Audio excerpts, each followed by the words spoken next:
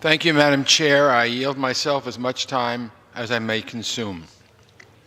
The gentleman is recognized. Thank you. This is an important moment for the House, Madam Chair. For years, under administrations of both parties, the Congress has handed away our authority and abrogated our responsibility when it comes to foreign policy, particularly the questions of how and where our military is engaged around the world. Article 1 of the Constitution gives Congress the responsibility to declare war, yet we've given presidents of both parties a virtual blank check to send our brave service members into harm's way while we've stood on the sidelines. With the measure we're considering today, we take some of that power back, and we do so to restore a sense of American values and American leadership to the worst humanitarian catastrophe in the world. For the last few years, we've all seen horrific images of the civilian casualties in the Yemen war. Starving children, millions displaced, outbreaks of deadly disease. 85,000 children have starved to death. 14 million are on the brink of famine. More than 1 million suffer from cholera. And the ongoing military operations are bringing us no closer to a resolution. The only way out of this mess is for parties to sit down and work toward a political solution. The United States can and should play a role pushing for that solution, pushing parties to make a commitment to negotiations. This measure, introduced by Mr. Khanna, will help us do exactly that. Let me explain why this is so important and why I support passing this resolution right now. In the last few years, the Saudi-led coalition has carried out 18,000 airstrikes. A full one-third of those strikes hit non-military targets. This is absolutely reckless. I'm not naive, Madam Chair. I know we have critical strategic interests in the region. The Houthis are a problem. They get support from Iran. They launch missiles into Saudi territory and international waterways, threatening Saudi civilians. They are starving the Yemeni people, diverting assistance, and holding civilians hostage to their political demands. But we cannot just give the coalition a blank check when so many innocent lives are being lost. And if the administration won't demand any sort of accountability from the Saudis and Emiratis, it's time for Congress to act. I want to acknowledge my friend from Texas, the ranking member on the Foreign Affairs Committee, Mr. McCall. I believe that he also wants to see Congress reclaim our prerogatives on foreign policy, though I understand we have an honest difference of opinion on the approach we're dealing with today. I'm glad that we moved this measure through regular order, that we had a hearing with experts and a markup, and that the gentleman from Texas and I could make our cases before the Rules Committee. It allowed me to hear the arguments from all perspectives on this issue, and I think during this debate we'll hear my friends on the other side call this resolution misguided. I think because this resolution has to do with our security agreements with the Saudis and Emiratis, we'll hear them question what impact this may have on other security agreements. It's a fair question, to be honest.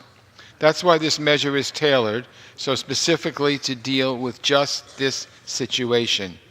This is not a broad blanket policy that's going to tie the hands of the executive branch. There's no dangerous precedent being set here, just an attempt to stop a war that's costing far too many innocent lives. I think we'll hear my friends question whether this measure would even do anything, because this measure withdraws American forces engaged in hostilities, and the Pentagon says hostilities only applies to situations where American troops are firing weapons at an enemy. I have two reactions to that. First of all, this measure would specifically define hostilities to include aerial refueling of warplanes carrying out airstrikes against Houthi militants. Now, I understand the Defense Department has stopped refueling as a matter of policy, but policies can be reversed. So this resolution would cut off refueling as a matter of law. My second point is broader and gets at the heart of today's debate. This body is not subject to the definitions conjured up by the Defense Department. We don't ask permission to exercise our Article I authority. Of course, the Pentagon will try to define things in a way that consolidates the power of the executive branch, but Congress, with authority over war powers, need not accept that definition. The Congress has lost its grip on foreign policy, in my opinion, by granting too much deference to the executive branch, by failing to examine the decisions and determinations and definitions that are used to justify sending Americans into harm's way. Our job is to keep that branch in check, not to shrug our shoulders when they tell us to mind our own business. Lastly, I think we'll hear my colleagues on the other side ask, isn't this just all politics? No, Madam Chair, politics is what the former majority did to this resolution twice during the last Congress. Politics is stifling debate on national security issues because we are uncomfortable with the message it might send, or we don't want to take a tough vote. Politics is walking away from our constitutional responsibilities, as Congress has done for far too long. And frankly, we've done it for far too long. Congress is in both parties with a majority, and presidents in both parties. Our Article I responsibilities are things that we cannot just simply turn the other way. We are a co-equal branch of government, and we have not had a declaration of war, for instance, since 1941. We are content to just tell whatever administration is in, go ahead, you handle it, we don't have any responsibility. I hope that that stops this afternoon. The other body has already weighed in on this measure.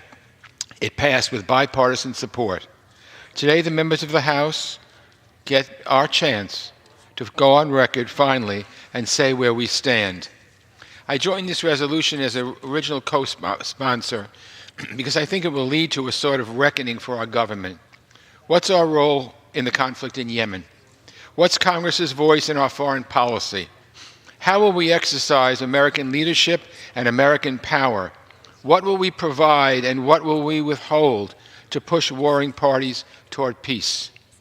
I want to thank Mr. Khanna for his hard work and for his leadership in shining a light on this issue. I wanted to thank our members of the House Foreign Affairs Committee who have contributed so far to a valuable debate. I want to thank Mr. McCall, who has made his opposition to this about the policy, not about the politics or the personalities. We're going to have a lot more debates. Sometimes we'll be on the same side, and sometimes not. But I hope we can always grapple with these challenges in a substantive way. And for now, Madam Chair, I thank you, and I reserve the balance of my time. The gentleman from New York reserves. The gentleman from Texas is recognized.